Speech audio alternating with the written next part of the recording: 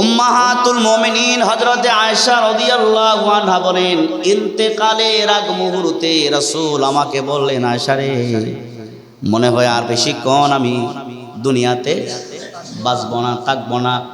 ও আয়েশা, একটু কষ্ট করে আমার মিসওয়াকটাকে চাবায়া নরম করে দাও। হযরতে আয়েশা স্বামীর মিসওয়াককে চিবিয়ে চিবিয়ে নরম করে দিলেন। ওই নরম মিসওয়াক দিয়া হযরতে আয়েশা বলেন, নবীজি ইন্তেকালের আগ মুহূর্তে মিসওয়াক করে করে দুনিয়া থেকে বিদায় নিয়েছেন। সুবহানাল্লাহ। আজকে আমরা নবীজির উম্মত দাবি করি, পকেটে মিসওয়াক নাই, বাসায় আমরা কি নাই? মিসওয়াক নাই, আছে? আল্লাহর নবী বলেন, যে ব্যক্তি জুমার দিনে উত্তম রূপে গোসল করবে, আতর সুগন্ধি লাগাবে, আর পায়ে হেঁটে মসজিদে যাবে, নবী বলেন ওই ব্যক্তির প্রতিটা কদমে কদমে 1 বছর নফল নামাজ আর 1 বছর নফল রোজা সম পরিমাণ সওয়াব আল্লাহ দিয়ে দিবে। এবার চিন্তা করেন, এত ফজিলতের হাদিস কি আর পাইছেন নি জীবনে? এত গুরুত্বপূর্ণ হাদিস, এত বরকতপূর্ণ হাদিস, প্রতিটা কদমে কদমে 1 বছর নফল নামাজের সওয়াব। বলুন তো দিকে, এখানে আমরা যারা আছি, ইমাম থেকে নিয়ে আপনারা যারা আছেন, এমন কোন ইমানদার বান্দা বান্দি আসেনি যে লাগাতার রোজা রাখতে পারে? এমন কোন ইমানদার তো নাই যে লাগাতার রোজা রাখতে পারে। এমন কোন ইমানদার তো নাই লাগাতার সারা বছর নামাজে দাঁড়িয়ে থাকতে পারে, আসেনি? নাই। নবী বলেন কদমে কদমে পুরা 1 বছর নফল নামাজের সওয়াব আল্লাহ দিয়া দিবেন। আপনার কদমে কদমে 1 বছর নফল রোজার সমান সওয়াব আল্লাহ দিয়া দিবেন। সুবহানাল্লাহ, সুবহানাল্লাহ। মনে করেন তারপরে জুমার দিনে আপনি গোসল করলেন, অনেক আগে গোসল করলেন, আরো আগে, এর ভিতরে আপনার ওযু ভঙ্গ হয়ে গেছে। ওযুর দরকার আছে না নাই? ওযুর দরকার আছে।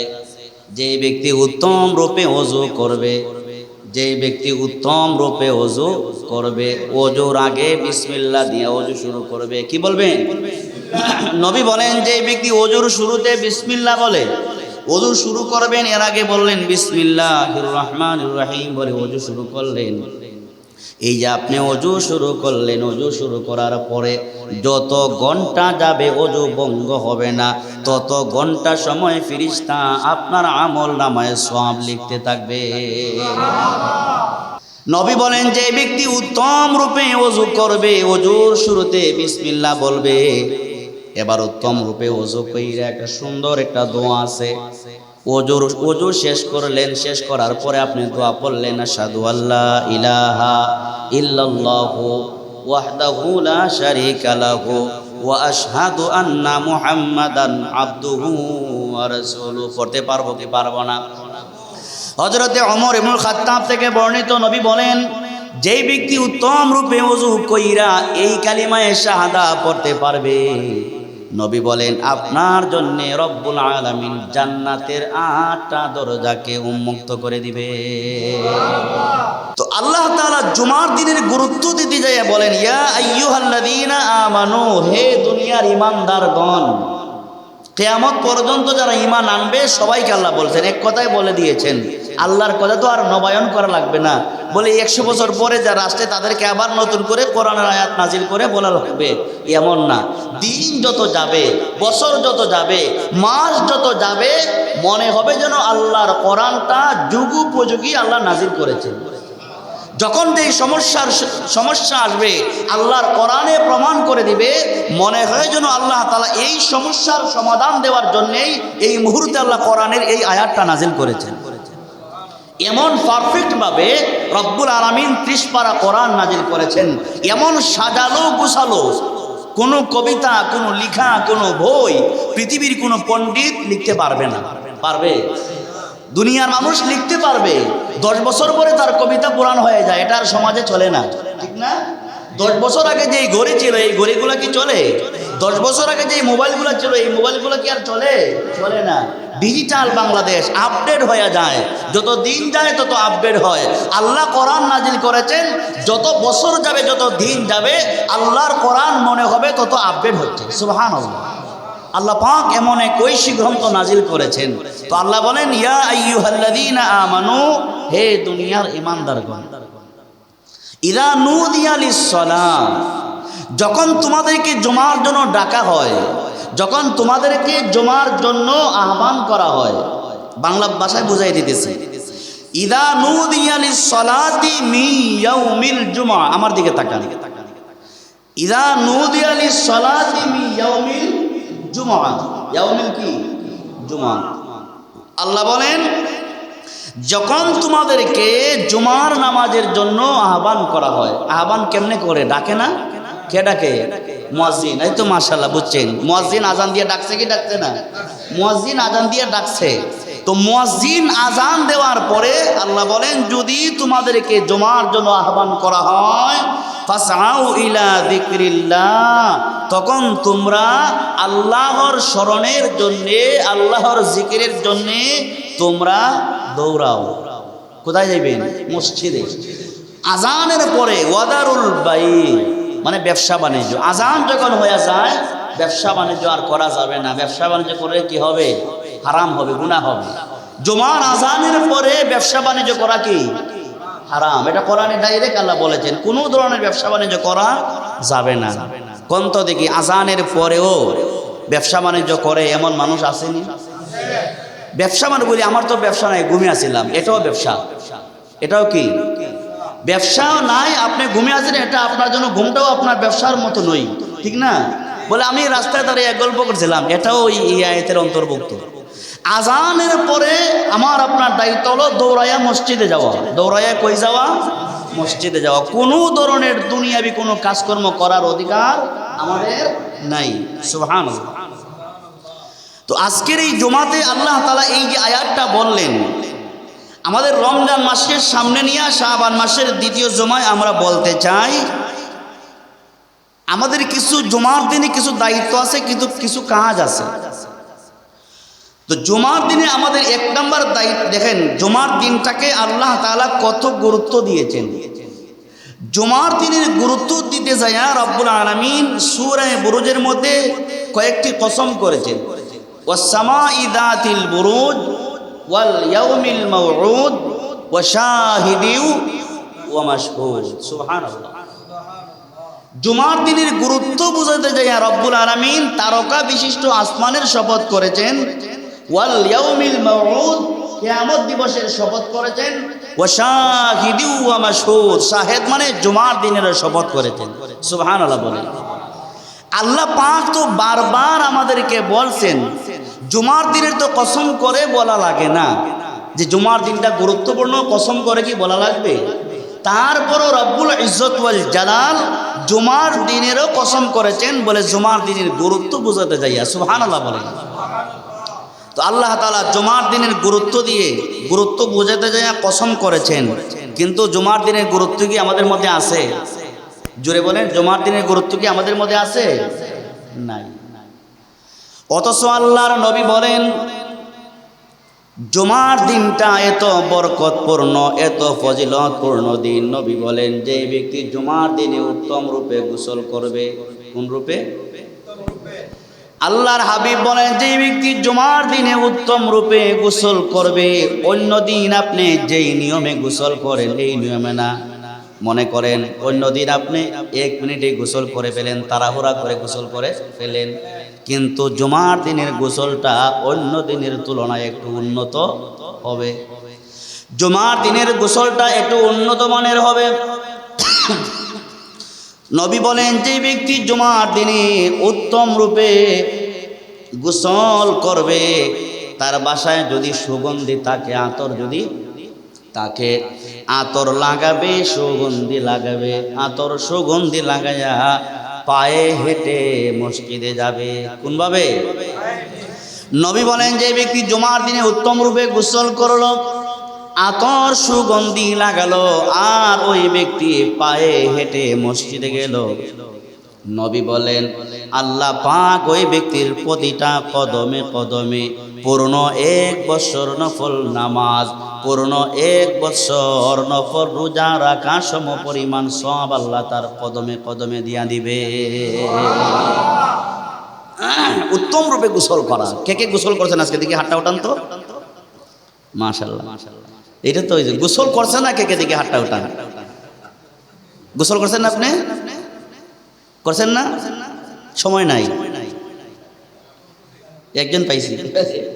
তো জুমার দিনেও গোসল করছে না, এর চাইতে আর কি দুর্ভাগ্য হইতে পারে? আয় হ্যাঁ, জুমার দিনে তো গোসল করবেন আপনি। নবী বলছেন, এখন যে হাদিসটা বললাম না, এই হাদিসটা নিজে কান দিয়ে শুনেন। আবার বলি আপনার জন্য, আবার বলি। আল্লাহর হাবিব বলেন, যে ব্যক্তি জুমার দিনে উত্তম রূপে গোসল করবে, বাসায় যদি আপনার আতর সুগন্ধি থাকে, ওই আতর সুগন্ধি লাগাবেন। যদি না থাকে, মসজিদের সামনে আমার এক ভাই আছে, ভালো আতর আছে, আপনারা কিনে নেবেন। পারবেন না? পারবেন নি? টাকা যদি না থাকে আগামী জুমায় দিবেন। আমার কথা কইেন, বলি এই জুমায় টাকা নাই, আগামী জুমায় দিব। আর যদি মন চায়, বলে আগামী জুমায় আর আইসেনি নাই ওই মসজিদে, ঠিক না? তো আল্লাহর নবী বলেন, যে ব্যক্তি জুমার দিনে উত্তম রূপে গোসল করবে, আতর সুগন্ধি লাগাবে, আর পায়ে হেঁটে মসজিদে যাবে, নবী বলেন ওই ব্যক্তির প্রতিটা কদমে কদমে 1 বছর নফল নামাজ আর 1 বছর নফল রোজা সম পরিমাণ সওয়াব আল্লাহ দিয়ে দিবে। এবার চিন্তা করেন, এত ফজিলতের হাদিস কি আর পাইছেন নি জীবনে? এত গুরুত্বপূর্ণ হাদিস, এত বরকতপূর্ণ হাদিস, প্রতিটা কদমে কদমে 1 বছর নফল নামাজের সওয়াব। বলুন তো দিকে, এখানে আমরা যারা আছি, ইমাম থেকে নিয়ে আপনারা যারা আছেন, এমন কোন ইমানদার বান্দা বান্দি আসেনি যে লাগাতার রোজা রাখতে পারে? হ্যাঁ, এমন কোন ইমানদার তো নাই যে লাগাতার রোজা রাখতে পারে। এমন কোন ইমানদার তো নাই লাগাতার সারা বছর নামাজে দাঁড়িয়ে থাকতে পারে, আসেনি? নাই।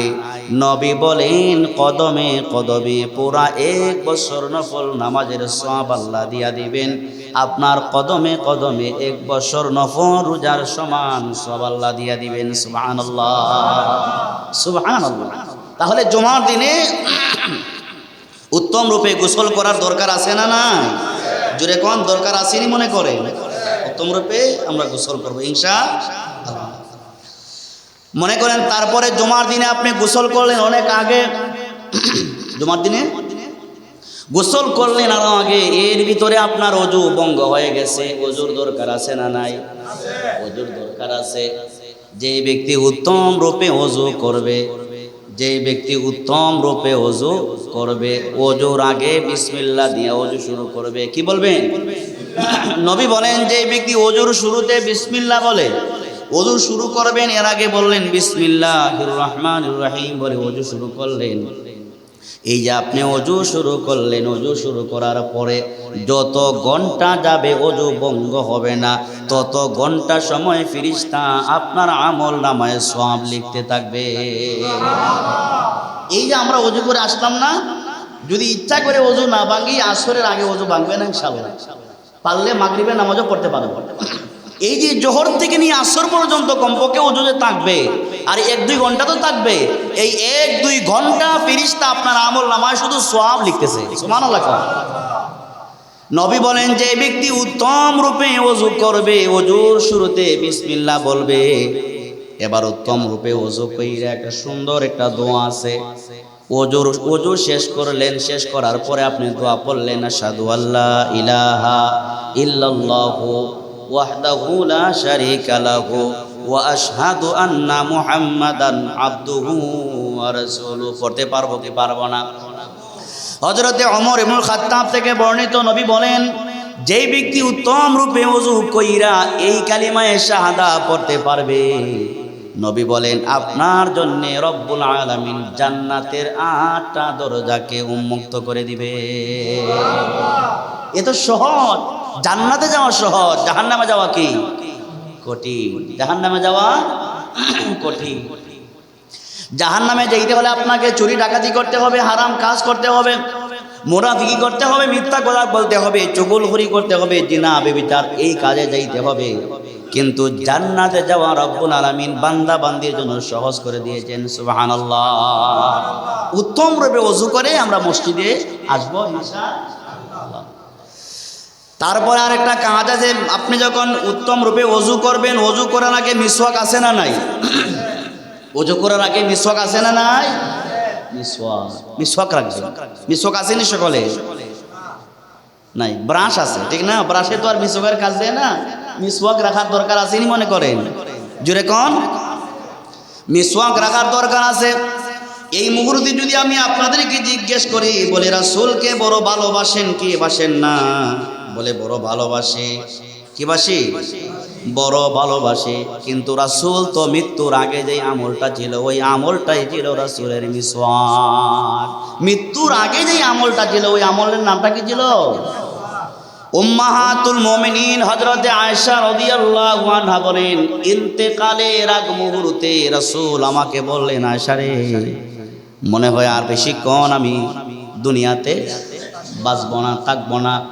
ও আয়েশা, একটু কষ্ট করে আমার মিসওয়াকটাকে চাবায়া নরম করে দাও। হযরতে আয়েশা স্বামীর মিসওয়াককে চিবিয়ে চিবিয়ে নরম করে দিলেন। ওই নরম মিসওয়াক দিয়া হযরতে আয়েশা বলেন, নবীজি ইন্তেকালের আগ মুহূর্তে মিসওয়াক করে করে দুনিয়া থেকে বিদায় নিয়েছেন। সুবহানাল্লাহ। আজকে আমরা নবীজির উম্মত দাবি করি, পকেটে মিসওয়াক নাই, বাসায় আমরা কি নাই? মিসওয়াক নাই। আছে? নবী বড় ভালোবাসি, কিন্তু আপনার সুন্নতের দ্বারে কাছেও না। বড় ভালোবাসি, আপনার সুন্নতের দ্বারে কাছে যাইব, এটা না, এটা সম্ভব না। এটা যদি সম্ভব না হয়, রাসূলের এই সুপারিশের আশা করো কি না? সম্ভব না, এটা সম্ভব না। আপনাকে খুব মহব্বত করি, বলে আমার মহব্বত করো, দুইটা বাসা টাকা দাও। বলে হুজুর ইডে সারা কন, শুধু ওয়াজ করেন, টাকা টোকা নাই। হুজুর ওয়াজ করেন কি নাই? টাকা টোকা পারলে আমাকে দেন আরো 500 টাকা। টাকা দিয়ে কি নাই? ভালোবাসা। ভালোবাসা ওই যে এই কি ওই হাবিবুর রহমান যুক্তিবাদী, উনি কইছেন এক বাজে, কয় তারা নামাজে বয়ানে শেষে খালি মুসাফা করে, টাকা নয় একটা, শুধু মুসাফা করে আর হ্যান্ডশেক করে আর জুড়ে একটা ধাক্কা দেয়। এই সে ভালোবাসা, ঠিক না? হুজুরের সাথে মুসাফা করবেন, 5000 টাকা দিবেন। 5000 টাকা একবার মুসাফা করলে কত দিবেন? 5000। পারবেন ইনশাআল্লাহ? সুবহানাল্লাহ। বাতাস বাড়ি যাবে, দেওয়া লাগতো না। যদি পারেন হুজুরে পকেটে 8 ঢুকাইয়া লুই যান সব। পারবেন নি? মাঝে মধ্যে দেখছেন না হুজুরের মোবাইল চুরি হয়? কথা কন না, দেখছেন নি? মোবাইল চালান আপনারা দেখেন না নি? বড় বড় বক্তা ওই প্যান্ডেল থেকে নামতে হয়, মোবাইল চুরি। এই 1 ঘন্টা যে ওয়াজ করলো, ওয়াজ যে শুনলো, কি শুনলো? তো আল্লাহর নবী বলেন, যেই ব্যক্তি, কি বলছিলাম, মিসওয়াক, আপনার উত্তম রূপে ওযু করতে হলে ওযুর আগে মিসওয়াকের দরকার আছে না নাই? মিসওয়াকের দরকার আছে। মিসওয়াক কিনবেন রমজান মাসের আগে আগে, মিসওয়াকটা কিনে পকেটে রাখবেন। একসাথে 5টা মিসওয়াক কিনবেন। কয়টা? একসাথে 5টা মিসওয়াক কিনবেন, একটা পকেটে রাখবেন। যেখানে আপনি ওযু করেন এই জায়গায় একটা রাখবেন, আর যেখানে ঘুমান বালিশের নিচে একটা রাখবেন, আর 2টা স্টকে রাখবেন। দেখবেন ওযু বালিশের নিচে রাখছেন, এটা নিতে শরম নাই, ওযুর সামনে গেছেন, এই মিসওয়াকটা সামনে পড়তে 2টায় কষা দিলেন, আপনার সুন্নত আদায় হয়ে যাবে। পকেটে রাখলেন, এখানে আপনি কাজ করেন, যে কোনো কাজ করেন, নামাজ তো আপনারা পড়েন মাশাআল্লাহ, নামাজ পড়বেন, ওযু করার আগে 2টা টেলা দিলেন, মিসওয়াকটা আদায় হয়ে গেল। দাঁতের মারি শক্ত থাকবে, চোখের পাওয়ার বাড়বে, আরো আনুষঙ্গিক অনেক কিছু আছে। আছে না? আছে। তাহলে উত্তম রূপে ওযু করতে হলে মিসওয়াকের দরকার আছে না নাই? আছে। নবী বলেন, যেই ব্যক্তি, আরেকটা হাদিস বলি, নবীজি বলেন, যেই ব্যক্তি উত্তম রূপে ওযু করবে, গোসল করবে, আর জুমার দিনে সকলের আগে আগে যাবে, সকলের আগে আগে যাবে, ইমাম সাহেবের কাছাকাছি বসবে। কোথায়? যে বলেন কোথায়? আল্লাহর নবী বলেন, যে ব্যক্তি উত্তম রূপে গোসল করলো, এটা আরেক হাদিস বলতেছে, যেই ব্যক্তি উত্তম রূপে গোসল করলো, মসজিদে আগে আগে গেল, ইমামের কাছাকাছি বসলো, এবং মনোযোগ দিয়া ইমাম সাহেবের খুতবা শুনলো। খুতবা শোনার সময় দুনিয়াবি কোনো কথা বলে নাই। খুতবা শোনার সময় দুনিয়াবি কোনো কথা বলে নাই। নবী বলেন, এই জুমা থেকে নিয়া আগামী জুমা আসার আগ পর্যন্ত 1 সপ্তাহকে আল্লাহ পাক আপনার জন্য গুনাহের কাফফারা বানায়া দিবে। আপনার জন্য কি বানায়া দিবে? কাফফারা বানায়া দিবে। সুবহানাল্লাহ বলেন। তাহলে এগুলো কি দরকার না আমাদের? পারবো কি পারবো না? পারবো। আগে আগে মসজিদে যাব, আগে আগে মসজিদে যাব। আরেকটা হাদিস শোনাই, আগে আগে মসজিদে আসলে সওয়াব আছে না নাই? আছে। আল্লাহর নবী বলেন, যে ব্যক্তি মসজিদে জুমার দিনে আগে আগে মসজিদে যাবে, মসজিদে আইসা দেখলেন মসজিদে কেউ নাই, ফেরেশতা আছে না নাই? ফেরেশতা আসেনি? নবী বলেন, আপনি মসজিদে আগে আসলেন, মসজিদে ঢোকার সময় দোয়া আছে, মসজিদের সামনে দোয়া লেখা আছে বিসমিল্লাহি ওয়াসসালাতু ওয়াসসালামু আলা রাসূলিল্লাহ আল্লাহুম্মা ইফতাহলি আবওয়াবা রাহমাতিক। এই দোয়া পরে আপনি যখন মসজিদে ঢুকবেন, মসজিদে যখন আপনি ঢুকলেন, আল্লাহর হাবিব বলেন আল্লাহ পাক আপনার আমলনামায় একটা উট কুরবানি করার পরে আল্লাহর দরবারে কবুল হইলে যেই সওয়াব হয়, একটা উট আল্লাহর দরবারে কবুল হওয়া, কুরবানি কবুল হইলে যেই সওয়াব হয়, এই পরিমাণ সওয়াব আল্লাহ দিয়া দিবে। আমি আপনি যে কি করি, কুরবানির সময় কুরবানি দেন, আপনি গরু কুরবানি দিলেন, আপনি ছাগল কুরবানি দিলেন, এই কুরবানিটা আল্লাহর দরবারে কবুল হইছে বলে গ্যারান্টি আসেনি? আওয়াজ করে কোন? আপনার কুরবানি আল্লাহর দরবারে কবুল হতে পারে, নাও হতে পারে। হারাম টাকা দিয়ে যদি কুরবানি দেন, এটা তো কবুল হবে? হারাম টাকা দিয়ে 10টা কুরবানি দিলেন, কবুল হবে? হারাম টাকা দিয়ে গরু কুরবানি দিলে কবুল হবে না। আমার আপনার কুরবানির পশু কবুল হতে পারে, নাও হতে পারে, কিন্তু আল্লাহর হাবিব বলেন জুমার দিনে আপনি যদি মসজিদে আগে ঢুকতে পারেন, আল্লাহ পাক আপনার আমলনামায় একটা উট কুরবানি দিলে আল্লাহর দরবারে কবুল হইলে যেই সওয়াব হয়, কবুল সওয়াবের সওয়াব আল্লাহ বান্দার আমলনামায় দিয়া দেয়। 2 নম্বরে যে ব্যক্তি আসলেন, প্রথম আসতে পারেন নাই, তারপরে আপনি আসলেন, আল্লাহর রাস্তায় একটা গরু কুরবানি দিলে পরে আল্লাহর দরবারে কবুল হইলে পরে যেই সওয়াব হয়, একটা গরু কুরবানি দেওয়ার পরে ওই পরিমাণ সওয়াব আল্লাহ পাক আপনার আমলনামায় দিয়া দিবেন। জোরে জোরে কোন সুবহানাল্লাহ, সুবহানাল্লাহ। তারপরে আপনি মসজিদে আসলেন, মসজিদে আসার পরে দেখলেন ইমাম সাহেব খুতবা শুরু করে দিয়েছেন। কি শুরু করে দিয়েছেন? জোরে বলেন, কি শুরু করে দিয়েছে? ইমাম সাহেব জুমার খুতবা শুরু করে দিয়েছে। এই যে মসজিদের সামনে দরওয়াজা আছে, যেই দরওয়াজা দিয়ে আমরা ঢুকি, ওই দরওয়াজাতে রহমতের ফেরেশতা আছে না নাই? আমার হাতে যেমন একটা ভলিউম আছে, খাতা আছে, মসজিদের দরওয়াজার সামনে রব ফেরেশতা দাঁড় করায় রেখে দিয়েছেন, দারওয়ান রেখে দিয়েছেন। যারা মসজিদে আসে ওই ফেরেশতারা আমাকে আপনাকে সালাম দেয়, যদিও আমরা টের পাই না। নবী বলেন আপনি মসজিদে ঢুকলেন, আপনি যে আব্দুল করিম সাহেব, আব্দুল খালিক সাহেব, আপনি মসজিদে ঢুকলেন, আপনার নাম ফেরেশতার খাতায় আছে না নাই? আরো জোরে কোন আছে না নাই? আপনি যে মসজিদে ঢুকলেন, আপনার নাম ফেরেশতার খাতায়, আল্লাহ পাক ফেরেশতার খাতায় ফেরেশতা লিখে রাখছে।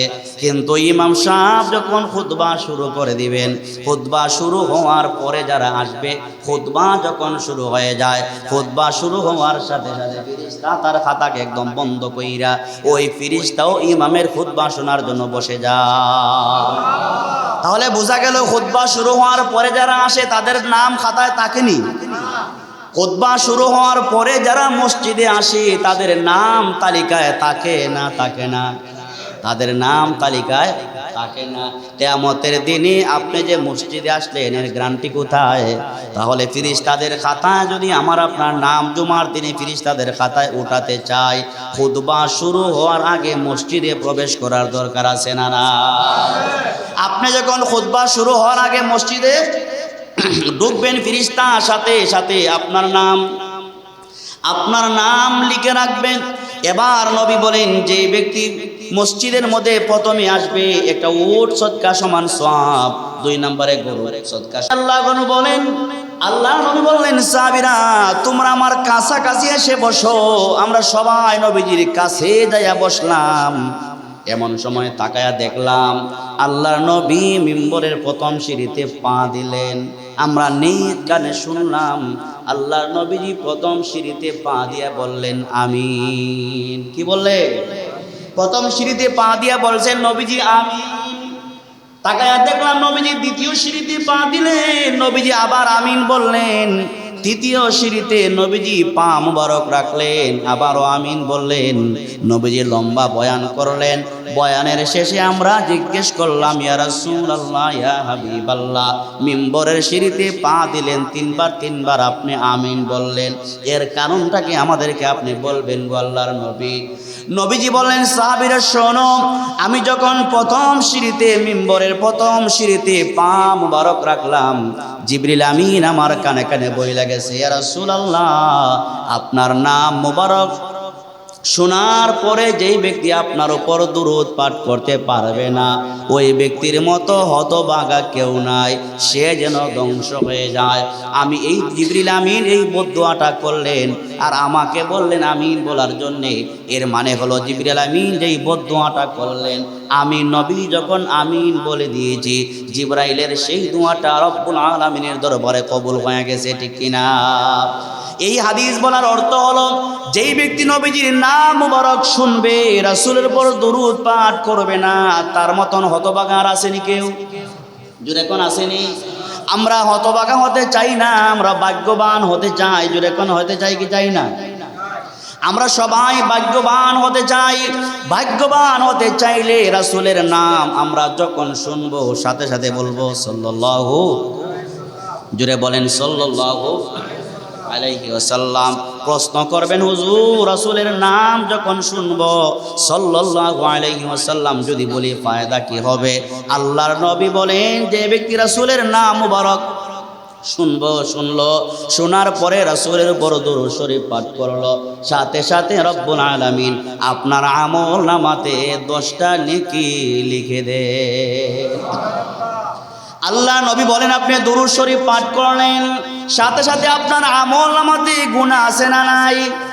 গুনাহ আসেনি? ইমাম সাহেবের আমল নামায় গুনাহ আসেনি? মুয়াজ্জিন সাহেবের আসেনি? এখানে আপনারা যারা সকলের কম বেশি আমল নামায় গুনাহ আছে না নাই? নবী বলেন, যে ব্যক্তি দুরূদ পাঠ করলো, সাথে সাথে আপনার আমল নামাতে যে গুনাহ আছে, ওই গুনাহ থেকে আল্লাহ পাক 10টা গুনাহকে মুছে দেয়। 10টা গুনাহকে মুছে দেয়। আল্লাহ নবী আরো বলেন, যে ব্যক্তি আমার উপর বেশি করে দুরূদ পাঠ করবে, হাসরের মাঠে আমি রাসূল ওই ব্যক্তির পক্ষে নিজে সুপারিশ করব। সুবহানাল্লাহ।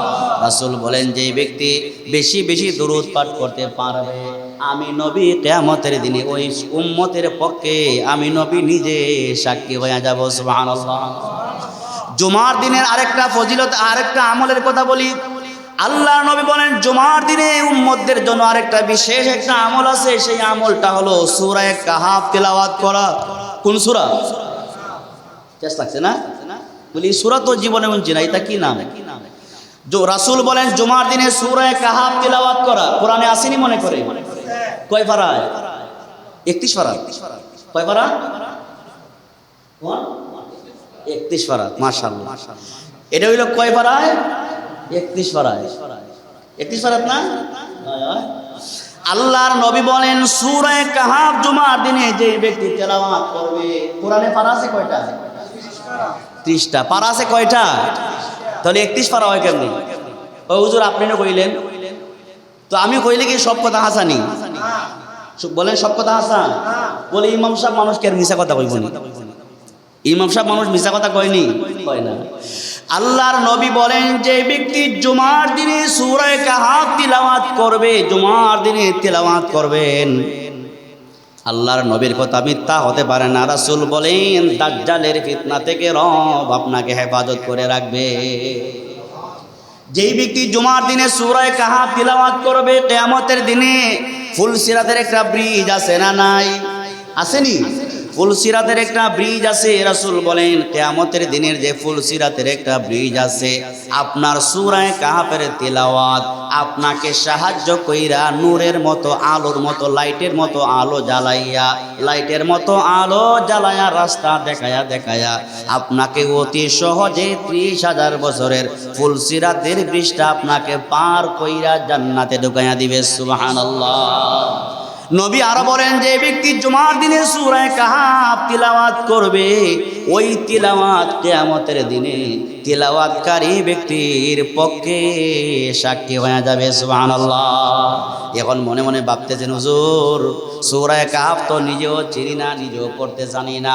আপনার বিবি যদি পড়তে পারে, আপনার বিবি যদি পড়তে পারে, আপনার বিবিকে বলবেন, বলে সূরা কাহফের অনেক ফজিলতের কথা শুনছি আজকের জুমায়, তাড়াতাড়ি কোরআন নিয়ে বসো, সূরা কাহফের তেলাওয়াত শুরু করো, তোমার তেলাওয়াত হয়ে যাবে, আমারও শোনা হয়ে যাবে, ঠিক কিনা?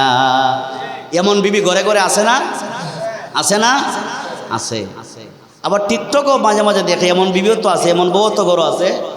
হ্যাঁ, আছে না? না, এমন বিবি ঘরে আছে টিকটক না দিলে ঘুমে ধরে না। হুজুর ওয়াজ করেন না, টিকটক না দিলে ঘুমে ধরে না, আসেনি? তো টিকটক না দিলে ঘুমে ধরে না, 20 ইঞ্চি টিভি নিয়ে ঘরে লাগাই দিয়েছে, লটকাই দিয়েছে, বউয়ে দেখবে। এবারে এখানে কাজকর্ম করে, ব্যবসা বাণিজ্য করে, আর বউ একটা দিছে করে টিভি ট্যাঙ্গের উপরে ট্যাঙ্ক তুইলা বস 24 ঘন্টা টিভির। মাশাআল্লাহ, জামাই তো আছে, কষ্টের মধ্যে আছে, দিনে রাইতে মেঘ বাদলি সব একাকার করে রুজি রোজগার করতেছে, আর বিবি ট্যাঙ্গের উপরে ট্যাঙ্ক তুইলা টিভি দেখতেছে, সুবহানাল্লাহ তসবিহ করতেছে।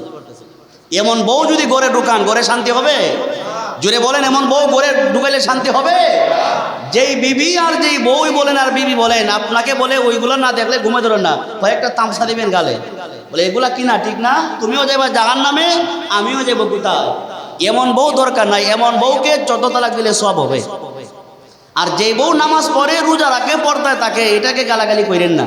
ওই নামাজি বউ, দিনদার বউ যদি মাঝে মধ্যে ভুলও করে, আল্লাহকে ওয়াস্তে মাফ করে দিয়েন। মাফ করে দিলে আল্লাহ পাক আপনার কবরের আযাবে মাফ করে দিবে। তাহলে আমরা সূরা কাহফ জুমার দিনে তেলাওয়াত করতে পারবো কি পারবো না? জুমার দিনে দুরূদ শরীফ বেশি পড়তে পারবো কি পারবো না? জুমার দিনে উত্তম রূপে গোসল করতে পারবো কি পারবো না? জুমার দিনে ভালো আতর লাগাতে পারবো কি পারবো না? পারবেন? পারবেন। জুমার দিনে মিসওয়াক করতে পারবো কি পারবো না? জুমার দিনে আমাদের উত্তম পোশাকটা লাগাতে পারবো কি পারবো না? যেই পোশাকটা আপনার কাছে ভালো, ওই পোশাকটা লাগিয়ে জুমার দিনে মসজিদে আসবেন। পারবো ইনশাআল্লাহ? জোরে বলেন, পারবো ইনশাআল্লাহ? আল্লাহ পাক যে কয়টা আমলের কথা সংক্ষেপে বললাম, আল্লাহ পাক আমাদের সকলকে এই কয়টা আমলের কথা উপর আমাদেরকে আমল করার তৌফিক আল্লাহ দান করুন। সকলে বলুন আমিন। 1 নম্বরে উত্তম রূপে গোসল, উত্তম রূপে ওযু, মিসওয়াক সহ। 3 নম্বরে আতর লাগাবো। 3 নম্বরে কি লাগাবো? পচা আতর না, যে গন্ধ ধরে, বালার আতর। বালা তো লাগাই না, আপনার পচা আতর লাগাই নেন, আরো পাশনে যারা আছে এরা গন্ধ লাগবো, ঠিক না? তারাই তো যেটা আপনার সাথে নামাজ হয়, এটার তিনার দূর যাইব, বালা তো লাগাই না।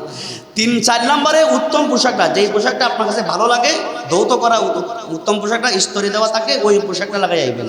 পারবো না ইনশাআল্লাহ?